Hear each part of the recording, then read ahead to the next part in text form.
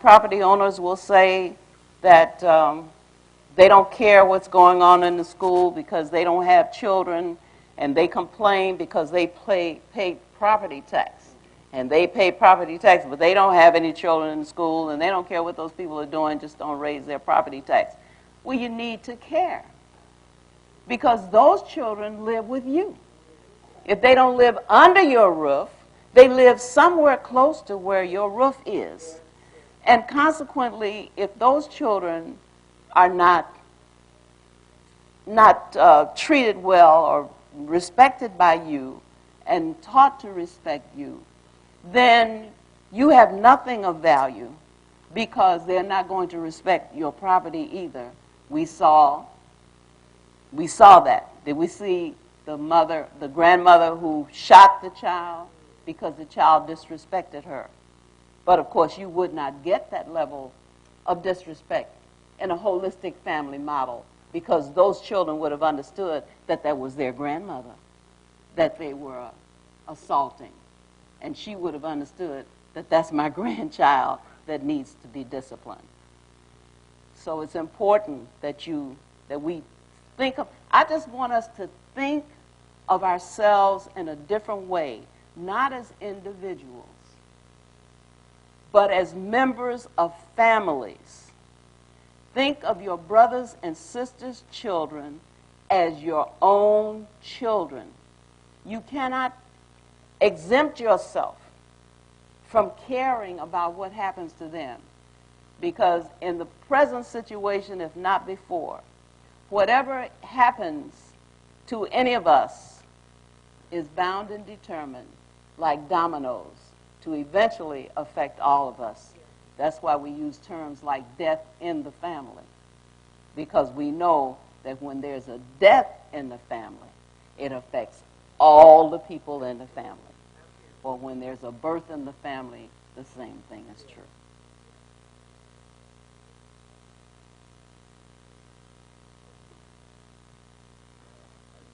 Hello? I wanted to know, you said that we was enslaved, like, with a lot of the education system and things that we have been taught.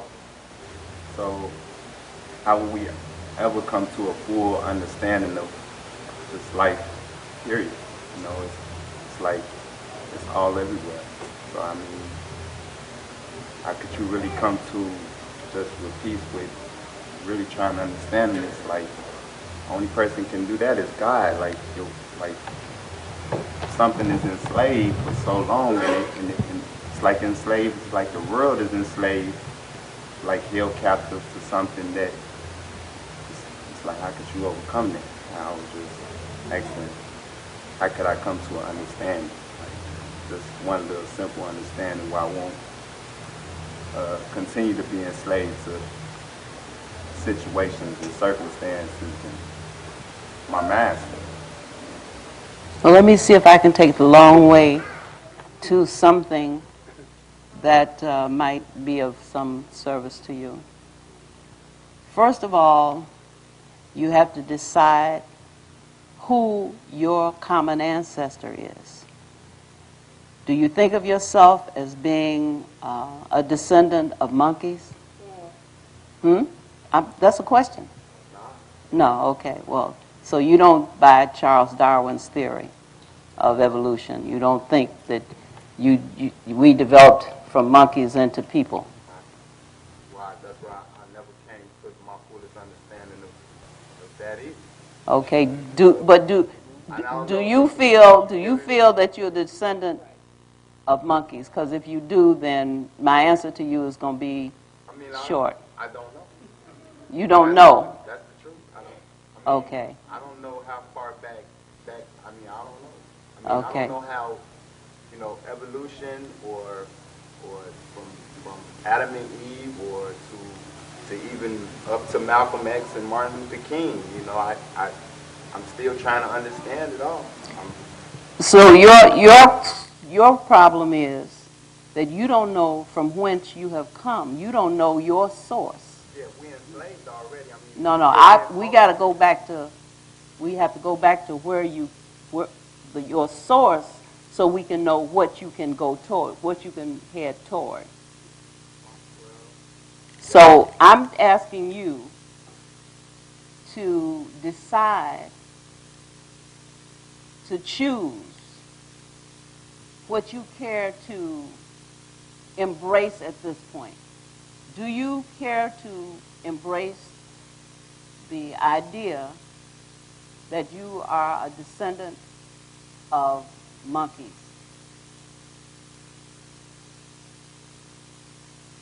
Do you care to embrace that your original ancestors were human beings?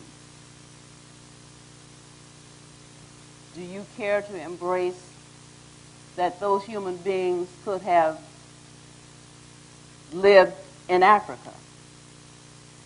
Okay, that's a good start. All right. So I have just given you a little rundown of how African people behaved when they were at liberty to behave in a particular way, according to a certain culture.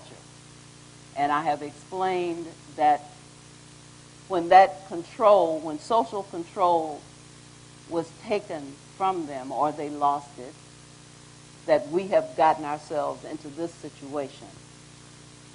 But this is a new situation about 400 to 500 years old, that when you're talking about slavery. What I've explained to you was happening for millions of years before this. If for millions of years your human ancestors were in control of themselves and were able to exercise the kind of family organization or form the kind of family organization that they wanted to, do you not have at least some hope that that could be done again? I would say yes. I would say the fact that we have done it suggests that we still can do it. So what do we need? We need the will, the desire to do it. And from where will we get the will and the desire? Obviously, there is something more to us than just what is visible. There is something more to us. There is a dimension of us that is spiritual. What do you call that dimension of yourself? Do you call it God? What do you call it? Okay. So that dimension of yourself is a dimension that you need to seek. And you need to find someone who can help you seek that dimension. Such a person is in this room. And they say when the student is ready, the teacher will appear. You are where you need to be.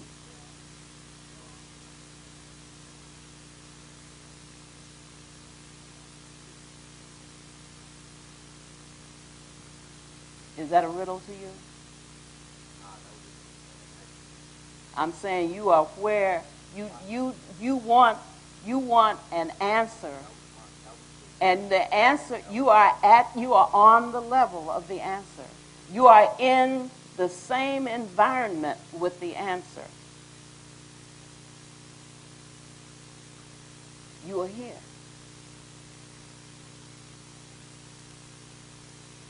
I need say no more. I'm saying you are here. It's like my GPS in the car. You know, you put in your destination, you say the address you want to go to, and it says, turn here, turn there, quarter mile, make a left turn, half a mile, make a right turn. Tells you all the stuff to do. And then it says, when you finally reach your destination, it says, you are here.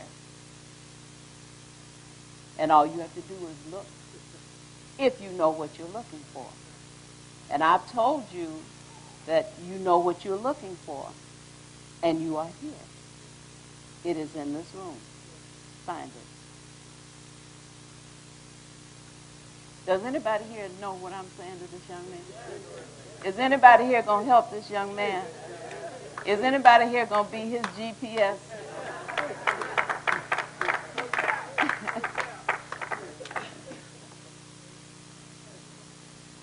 I'm Ray Jam, and today I'm 88 years old. Happy birthday. Hey, I'm still working.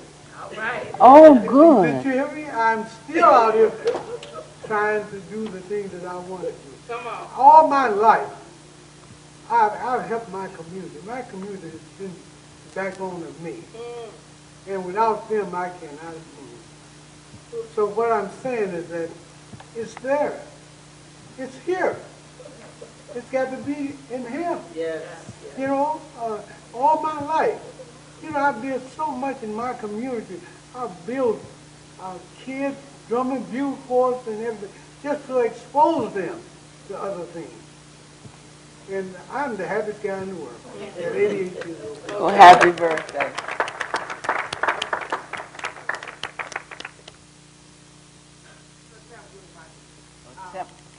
Got a comment kind of related to what the young brother was saying, but also firstly to say that when I told someone that in South Carolina that I was coming to be at Malcolm X College because a professor of mine was speaking, and they were astounded that Chicago had a college named after Malcolm X.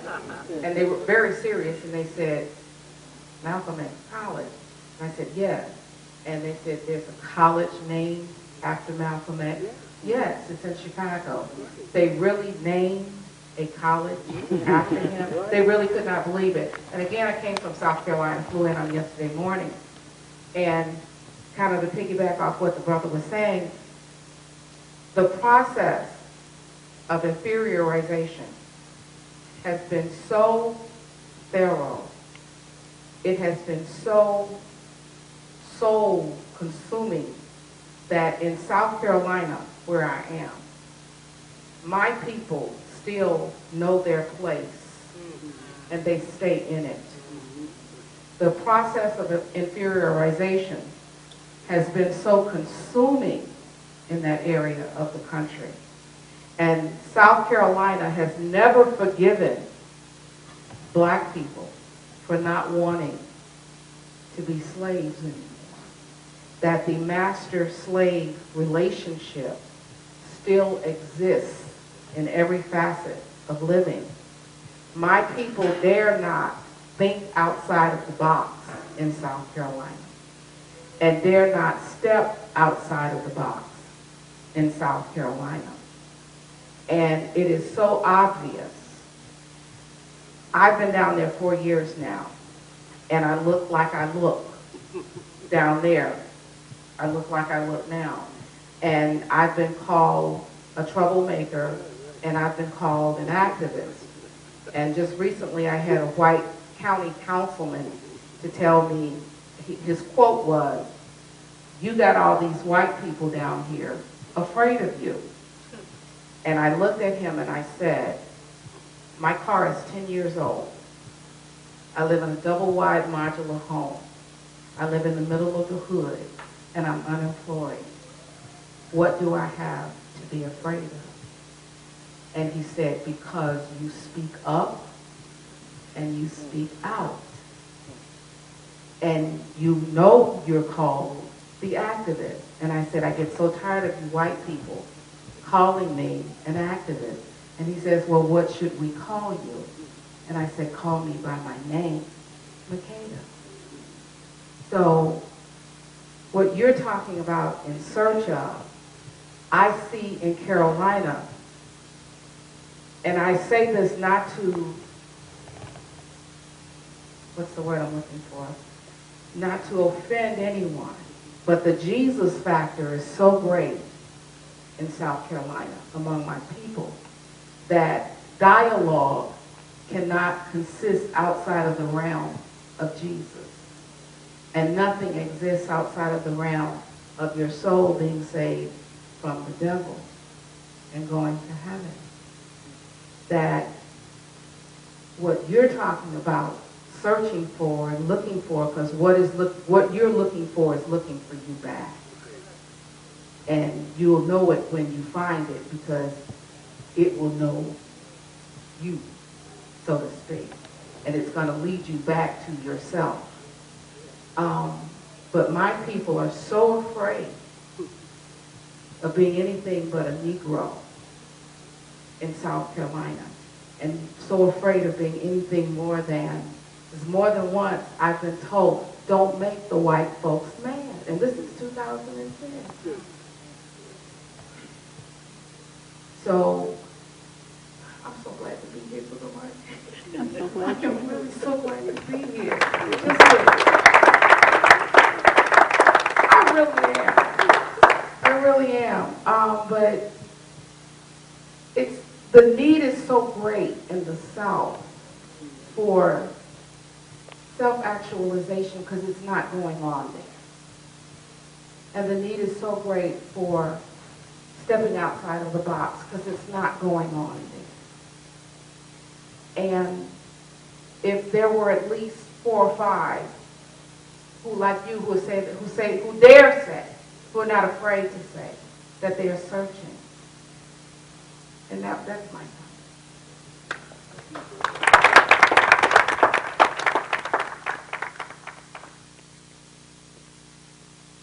You know, yesterday or the day before, I was at a funeral service, and I saw someone in the audience that needed to speak in 2 words of comfort to the family, and so I spoke to that person and I said, you know, you need to do that, and he was reluctant. And I said, don't make me call you out. And I'm looking at Hunter Adams sitting over there, and I don't want him to make me call him out. Thank you, Hunter. Hotep. Hotep. Greetings, hello. It's wonderful to be here, to be around friends and family. And I was at a concert at the South last night with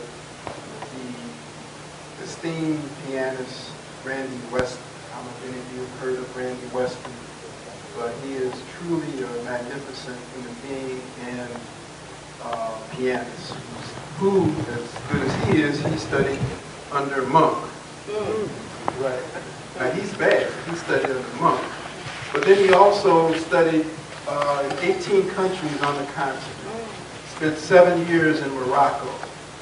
And he hung out with the Ganawa people. These were African people from Mali who were caught up in the trans-Sahara, quote, slave trade. I don't like to use the word, but that's another subject. But the point that he was making is that in those years that he was with them, he just sat, didn't say nothing, just listened to how they perform their music, which is profoundly simple, but at the same time profoundly complex.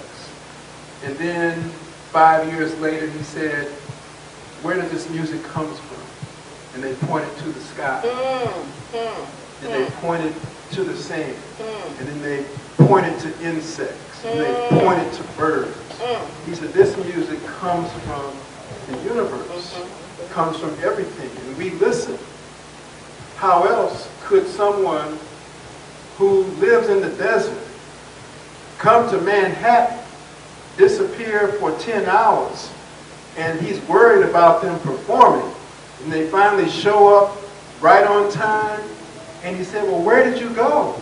He said, we toured Manhattan. He said, well, how could you find your way around? He said, it was easy, because you got monuments here and markers.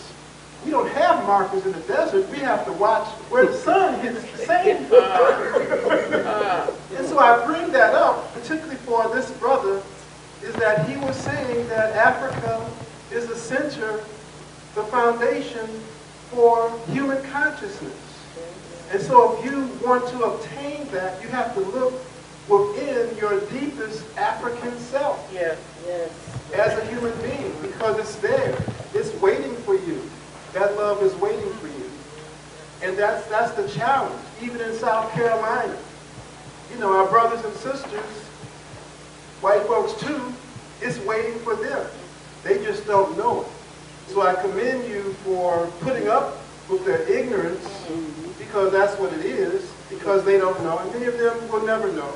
And you know what's going to happen? They're going to be just like bugs. They live, they're born, and they die. They'll be gone. In their existence, that consciousness will be replaced with something more progressive, something more true to themselves. Because this is the end. And that's what we're seeing. We're watching Tim Wise. I sent you that piece. Okay. He says it. Any thinking person sees that these are the last throes of a particular way of living, particular attitude. Yes. Yes. And so what we have to focus on is, what do we want to bring into being? Yes. What do we want to create for our children? We want to leave them with a legacy where they can constantly empower themselves. Leave them with a legacy where they have some tools and some keys, a skill set to know that this is what you have to do. You have to learn this. You can experiment with this, and this, but ultimately you have to do something, some technology, spiritual technology, where you can tap into that inner wisdom. And that doesn't come through praying to whoever. Doesn't matter. You have to do that. That's what will be lasting. That's what will keep your sanity in the midst of chaos and confusion and conflict. That's how you can walk proudly in your center, because you tap into that. That's always present. It never goes anywhere. It's never born, because this is just a vehicle for the expression of that. And so for those folks who haven't got that message yet, it's okay. There's space in the universe for the ignorant, for the fools, right? There's space for them. Right, and it's okay. You know, some of the ignorant are in my family. Right? Some of them are my children. In fact, the world would cease to run if there wasn't ignorance. This is what most people don't realize. The world runs only because of ignorance. Ignorance is inherent and necessarily the means by which this world even exists. C'est so naive, deep knowledge, difficult to understand. If it wasn't so, ignorance wouldn't exist as a function. Most of you in this room exist because of ignorance.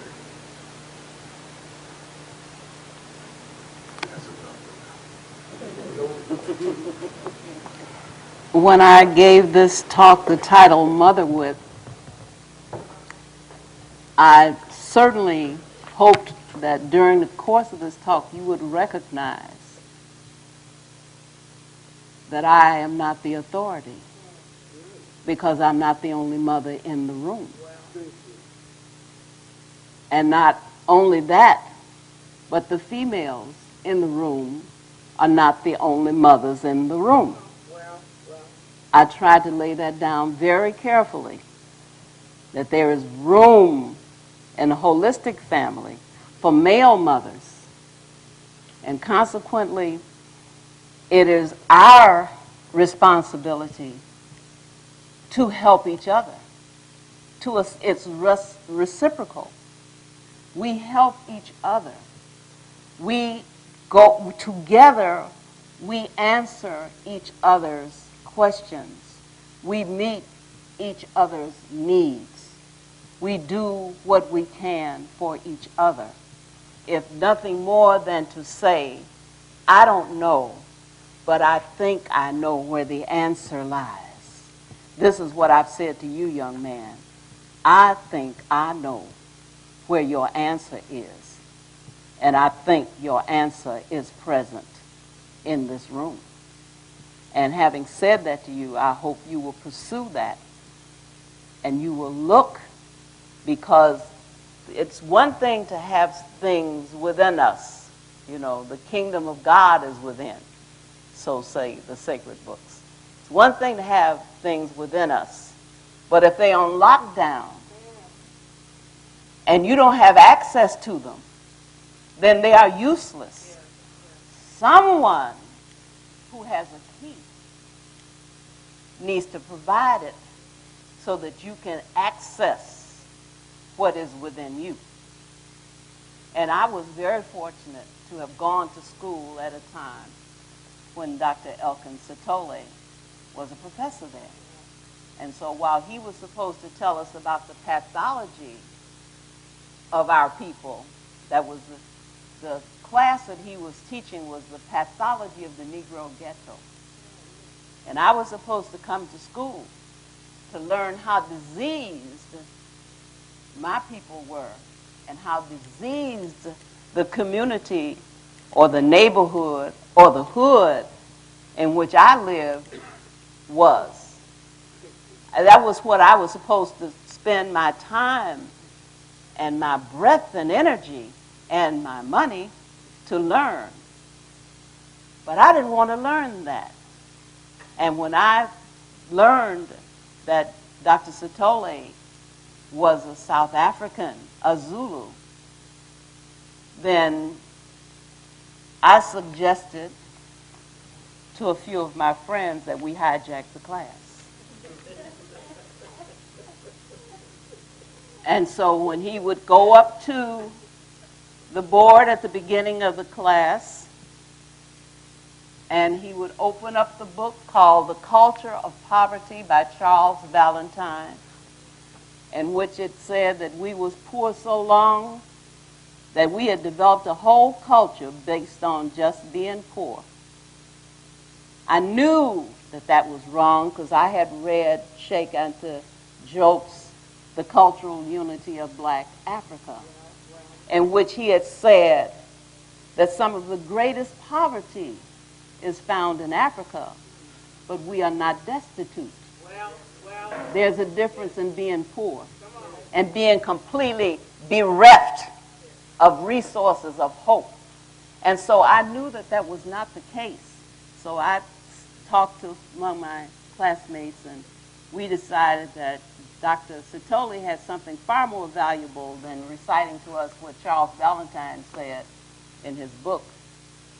So at the beginning of every class, we all came prepared with our questions. And all of our questions were to learn about Africa.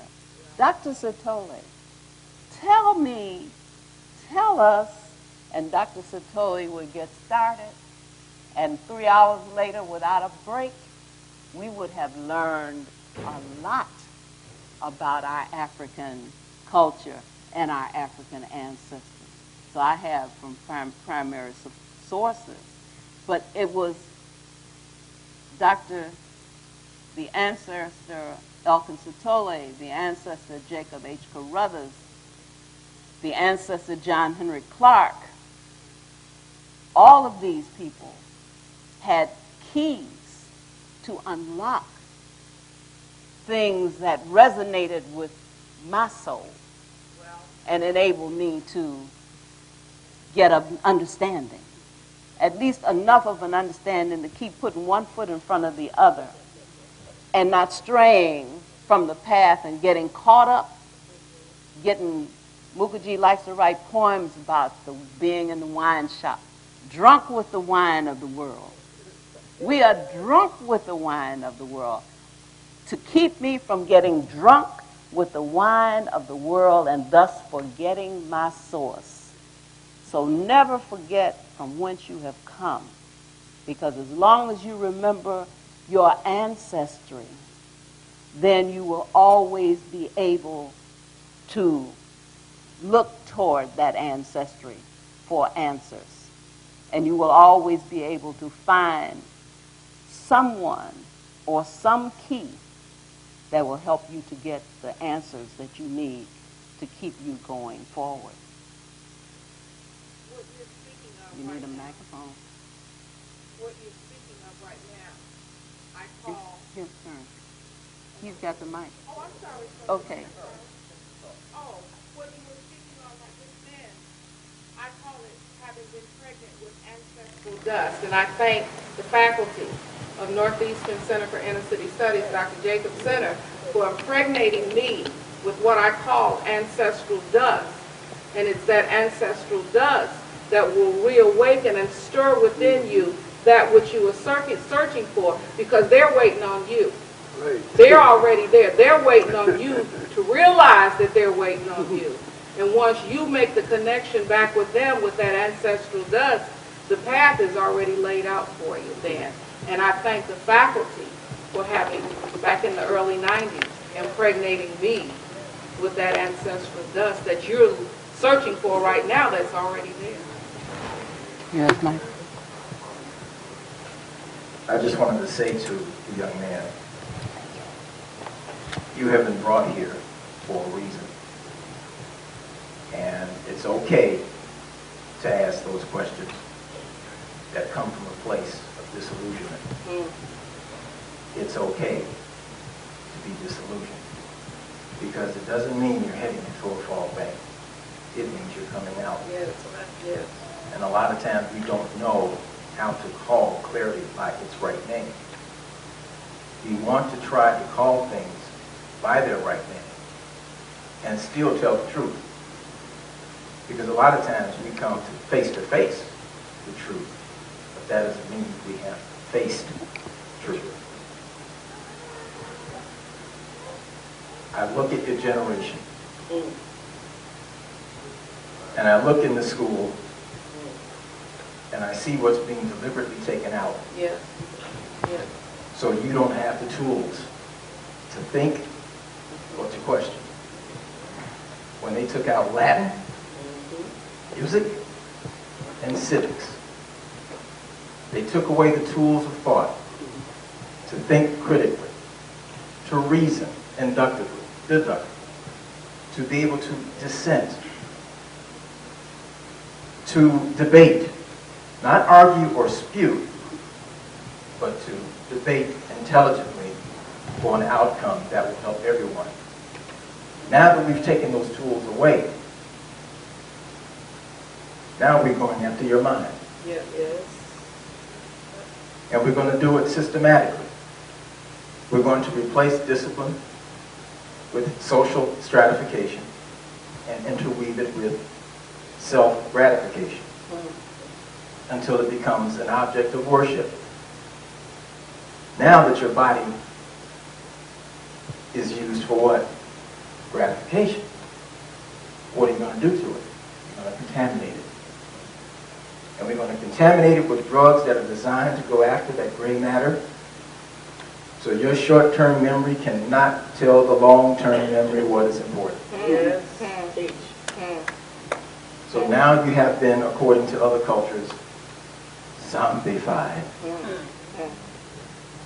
What Haiti calls zombification. Now you're set on your own, programmed for your own destruction. Now if you look at it from a cultivated point of view, you think you know something. But when a disaster hits, what do you know? What questions do you know to ask? What are you going to ask? Are you going to say, what am I responsible for? Or are you going to say, tell me what to do? Because you as a man, you are going to be placed on the front line. And your job is, what is my responsibility? Because people are going to gravitate towards you and ask you, what am I supposed to do? So if you cannot activate on the front line, who's going to follow you? Why should they follow you? So embrace your questions. Press. Aggravate the instructors. Make them work. Make them blow the dust off their degrees and tell you something that makes sense. Because a lot of them are burnt out and don't even know it. A lot of them are comatose. No one has told them. Because no one is asking the right questions that are designed to incite. And that's what you want to do. So do not be afraid of growth. Do not be afraid to rock the boat. So you keep going and you take responsibility for what you can do today, because you are held accountable for what you heard from up there on that podium. Take it, store it, and it'll manifest. Just stay honest. and decontaminate from this point forward. See what happens.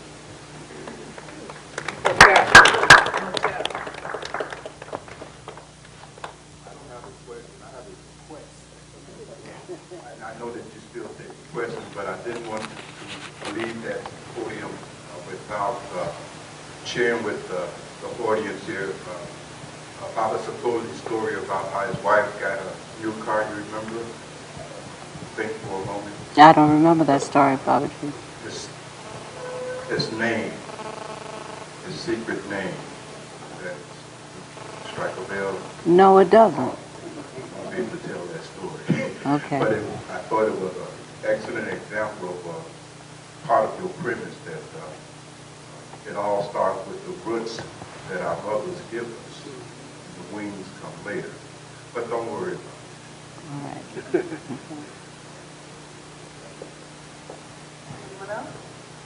Well, the wisdom is in this room. If you take home some wisdom with you and you don't share it, then know that you have abdicated your responsibility to elevate the consciousness of your community, because there's not one single person in this room who cannot say something that has not yet been said. Because I know most of you, and I have talked to most of you, and I know that you have much to share. But it is your obligation to communicate ideas that will elevate us, that will lift us up. You know, we can talk about the affairs of the world, who won the election, who did you vote for. You know, it's kind of ironic how we seem to think that these things have something to do with us.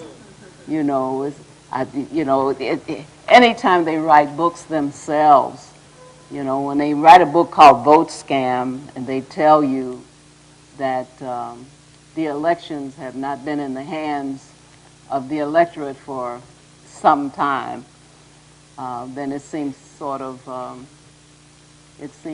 ironic that we fall out with each other over our choice of candidates in elections where our votes may or may not have any influence. But, you know, nonetheless, this is the plane of action, and we must act on this plane. And so we do.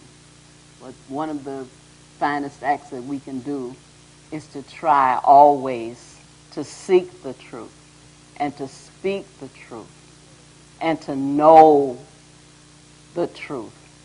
And to know, the other part of that is, of course, to know thy teacher. You must know to whom you are listening. Because when you say tell them to dust off their degrees, not everybody who has a piece of paper, because that's what those degrees are, they are pieces of paper, has something to impart, has something of value to give you. I remember Dr. Ben Yakinen said, and it's very humbling, he said the first man who ever got a PhD from another man, who gave the other man the authority to confer the PhD? So at some point, somewhere, somebody asserted that they had the authority to anoint people, you know, and make them PhDs, and those people then made more PhDs, and I got one of them. But I have mine for a different reason. I have the degree that I have because it was my obligation to have it. And I didn't know that until when I was at one of the Ivy League universities on a fellowship and found that the offense to my people was so thick you could cut it with a knife. I decided I didn't have to stay there. I didn't have to take that. I didn't have to be insulted. I would come home. And Val Gray Ward said, no, you can't. We need you to go and get our PhD. She said, we have so many people who have degrees who are self-serving and who do not serve the interests of our community. We need somebody to go to school and get a PhD for us, so that when people are giving us misinformation and disinformation, someone among us can stand and call it out. Well, now you know they couldn't keep me from having a PhD after Val Ward told me that. Because then I was a woman with a mission. And I went to Northwestern in 1973. And I came out in 1975. And that's not to boast. That is to say that determination does a lot for you. Because I had colleagues and friends who started on those who never finished, mainly because of a lot of intervening factors, one of which was that perhaps they lacked the determination.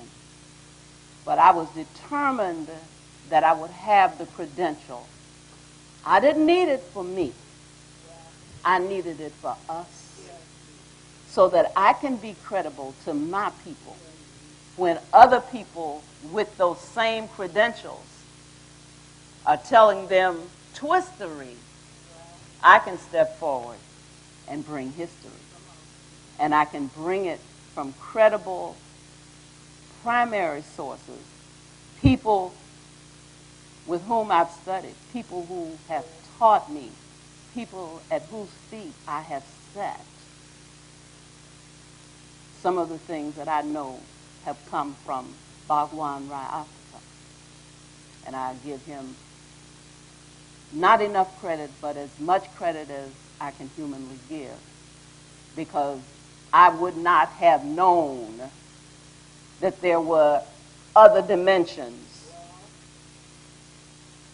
had I continued to be inside of textbooks. No textbook was ever going to tell me what I learned from Bhagwan Rai Africa. So I have that going for me too. And I'm pleased to have the opportunity to share. Hunter, did you want to say something else? I want to follow up on your comment about inferiorization. I was at a lecture earlier this week over on the University of Chicago campus, and one of their cognitive science professors, can't pronounce her name, but anyway, she was talking about her new book where she's done a lot of research on the things that cause people to fail. Right. You know, why is it that an athlete, when they fail to miss that shot, or fail to hit the ball, or fail to catch the football, you know, what happens when they've done all these rehearsals? Why is it that particularly women and African Americans do poorly on tests, standardized tests? And, you know, she talked about something that a guy by the name of Claude Steele developed, was a stereotype threat. I don't know if you've heard of that or not.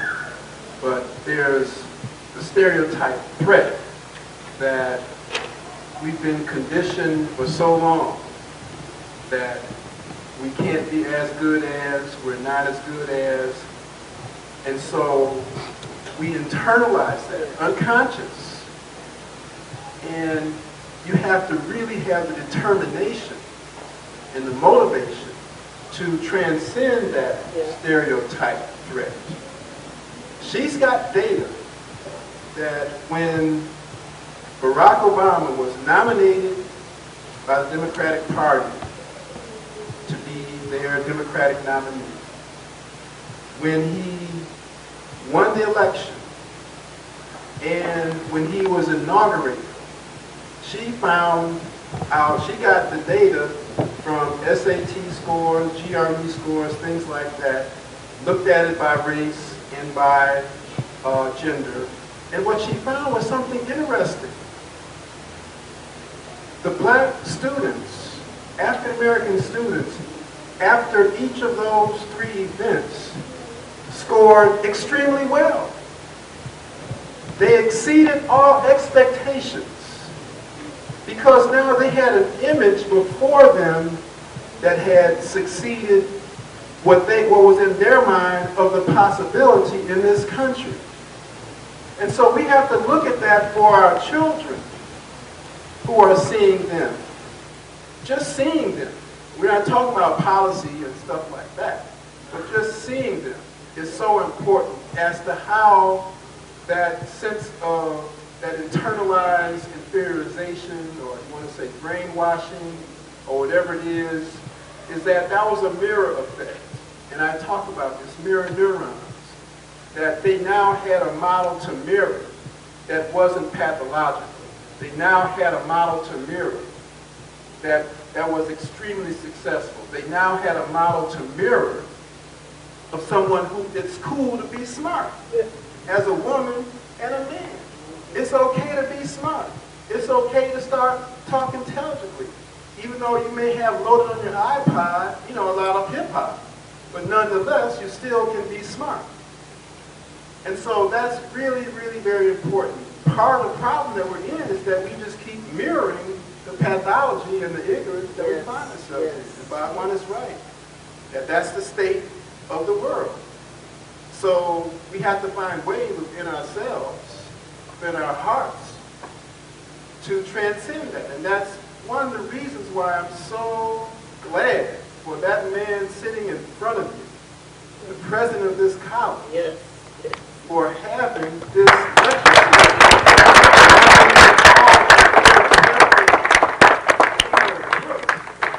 Standing applause for bringing in all these people, particularly with my friend and brother here, Bhagwan, to put this together. Because I've heard from people in other parts of the country who've gone to the website who I've alerted them to this and looked at some of the lectures.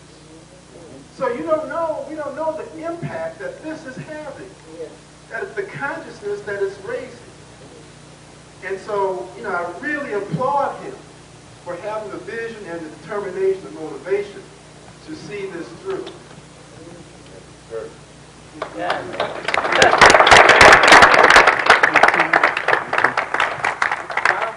That's a great note to wrap it up on. Mother wit. There was so much mother wit here today. Yes. And brother, the last point. So much mother wit here. And it seems like we're piling on you because you're young, brother. Right. And we on the edge. Yeah. We're about to move on. And we need some young people to come along and take this and keep going with it. Because our people deserve this. That's why Karnak is here. Our people deserve to be better because we work. Yes. That's what a lot of selection was. We work. So the key mother wit is a lot. You should have been taking notes. But one of the key points, you got to make it life. You got to make it a mission. You want to know who you are, what you are, you got to make it a mission to find that out. Because we're all here to help you. Karnak's here all the time. It's not going anywhere. Okay? It's not going anywhere. Because Karnak is here. All these people have Karnak. It's going on all the time. It's not just here. It's wherever you are, wherever you're studying, wherever you're working, wherever you're asking those questions that Brother Ted Love said to you. So make it a mission to find yourself. We're here. We're here. There's nothing mystical. There ain't nothing mystical out there. Yeah, it was a little mystical. Yeah, there ain't nothing mystical out there. What she said ain't nothing mystical. It's just real. It's just talking to us. You'll find yourself real quick. But you got to be talking and being around the right people. The wrong people make it mystical. Thank you. The right people just make it real. It's just right here for you. So we thank all of you. And that's for all of us, right? Because we all learn. Yes. We're going through the same journey you are. Right. You hear that, brother, right there? Ask the question. how do we get our people to come along? How do we create unity? As bright as she is, she can't unify all of us just like that. As bright as he is, One, he's been out here a long time. Hunter Adams, all these people, we all been here a long time, working at this, man, trying to get our people together. It takes all of us to do that. One person won't do it. If they did, all those ancestors would have did it. It takes all of us. Nothing mystical, brother. And all of us, nothing mystical, right? We just keep working every day. Right, there you go. Every day. Yes, we hustling. 88 years old. We hustling. We hustling. 88 years old, Major Adams. Major Adams got a building over there right now. You playing basketball and everything else. What are you doing? Sit here with us. Trying to bring some more conscience. You know? So let's keep working. Right? Keep working. Sister, you are fantastic.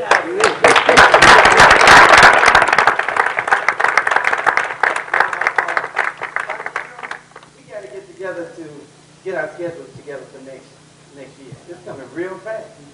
And sister, you got to come back. And 20th, we got to really blow up the marketing piece.